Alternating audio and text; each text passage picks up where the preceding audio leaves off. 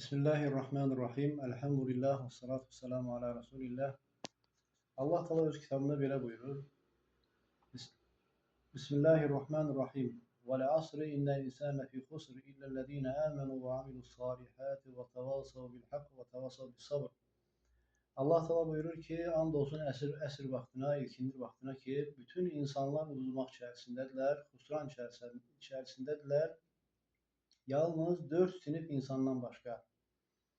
Yəni onlar iman gətirənlər, yəni elm öyrənənlər, yəni dini öyrənənlər, salih əməllər işləyənlər, yəni öyrəndiklərinə əmr edənlər, haqqı tövsiyə edənlər, yəni öyrəndiklərinə, əmr etdiklərinə insanları başqalarına dəvət edənlər və bir-birinə səbri tövsiyə edənlər, onlar da kimlərdir? Onlar da bu yuxarıda sayılan bu 3 şeydə səbirli olanlardır.